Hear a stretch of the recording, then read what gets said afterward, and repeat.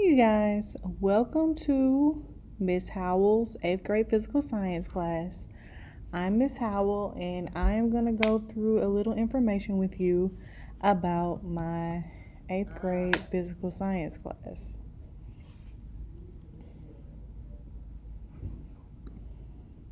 So first, this is my contact information. If you need to message me, you can send a message through Schoology, or you can send me an email at this address right here, lkhowell@auburnschools.org. So a little bit about the class and what your students will learn. In the first 9 weeks, which we are in now, we're doing the scientific method right now. Next, we are going to do matter. After that, we will be doing atomic structure, dealing with atoms. Then we will get into bonding, and then we will get into chemical reactions. So we do all chemistry the first 9 weeks of this class. Then we have a midterm, or roughly the second or so week in October. So the first 9 weeks will end roughly either the first or second week in October, and we will have the midterm after that. During the second 9 weeks, we will start talking about the physics part of physical science. So we will deal with motion and forces. We'll deal with energy. Then we'll deal with electricity and magnetism. Waves will be the last unit we deal with. And finally, we will have our final exam after that. This class actually ends in December. And in January, when they return back to school, they will switch over to history. So we use a lot of resources in here, one of them being the science textbook. The science textbook has not yet been assigned to them, but it will be assigned to them in the upcoming weeks. This is a textbook that is given to them on their iPads. They have an app called Connect Ed that they are able to download on their iPads through self-service. They will be given a username and a password that will be provided by me, and they will be able to use it to log in to their textbook. Now let's visit Schoology. Schoology is our main website for the class. Every single thing that we do is going to be located on Schoology, and we use Schoology on a daily basis. So if your student misses school that day or misses my class that day, they are able to go on Schoology and they are able to get any information that they missed in Schoology. Okay, so next I'm going to show you a few screenshots of my Schoology page. So as you can see, on my Schoology page, at the bottom right-hand corner is just the main page. I put everything into folders. So we're actually on Unit 1. But as you can see, there's also a link for the science textbook on this page. So in the case that students don't have access to their iPad or the app, they actually can go to Schoology, click the link, and put their username information in and their password, and they will be able to access the textbook like that.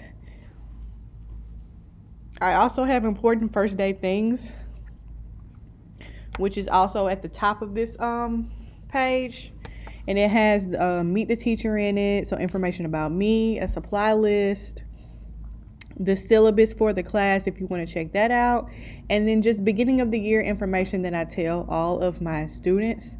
That's just the non-negotiables and the classroom rules and just how the class is going to go. And all the way on the left-hand side, in the actual Unit 1 Nature of Science folder, we have all the information that we have been doing. So we already have the notes for the unit that are up, and each day is broken down into a folder itself. So anytime your student misses class, the folder is already there with the information in it, so they should know what to do, or they know that, hey, I missed Monday, August the 16th, so let me go to the Monday, August the 16th folder to see what we did for that day. And that is how Schoology works. So, like I said, it is our main website that we use for this class, and all the information that you need is always on there. Next, we're going to discuss the grade book. So grades are going to be broken into two categories. We have a major category and we have a minor category. Okay, so in our minor category, we're going to have classwork, quizzes, homework, and we're going to have minor labs and maybe some minor projects. And our minor grades are going to be 40% of the grade. Then we have a major grades, which is going to include tests, labs, and projects. And that is going to equate to 60% of the calculated grade. So midterm and final exam, of course, falls under our major grade category. Our midterm actually equates to it equals out to one major test grade. And we take the midterm in October. We usually take it after we have already finished the first 9 weeks. So the midterm grade always goes on the second 9 weeks grade. Then we have our final exam.